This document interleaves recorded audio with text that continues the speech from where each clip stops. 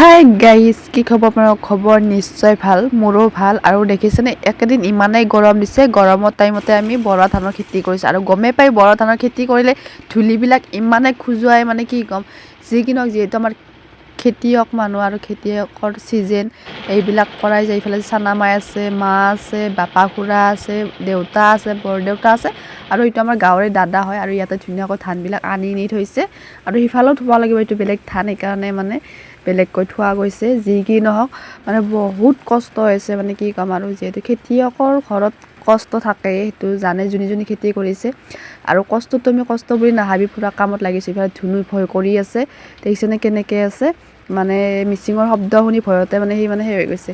যি কি নহওক, ইফালে মাও পূৰা লাগি গৈছে, আৰু খেৰবিলাকো এনেকৈ ঠেলি দিছে। যিহেতু মানে সেই ময়ো ৰখি আছোঁ ধান নিবৰ কাৰণে। ইফালে চানা মায়ো আছে লগত, গোটেইবিলাক মানে পট মানে ধানবিলাক দি থাকিলে এনেকৈ লৈ যাব লাগে। ইফালে চানা মায়ো এতিয়া নিব, তাৰপিছত মই নিম, এনেকৈ সেইখিনিয়ে আছিল ভিডিঅ'। চাই কেনে পালে কমেণ্ট কৰি জনাবচোন। আৰু কোনে কোনে বৰা ধানৰ খেতি কৰিছে কমেণ্ট কৰি জনাব। আৰু ধানটো ভালেই হৈছে, বেয়া হোৱা বুলি ক'ব নোৱাৰি।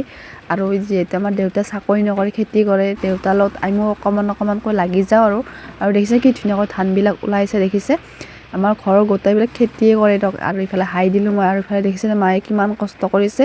এইবিলাক চাই থাকিব নোৱাৰি, ময়ো লাগি গ'লোঁ দিয়ক গাইজ। আৰু ভিডিঅ'টো চাই কেনে পালে কমেণ্ট কৰি জনাব দিয়ক।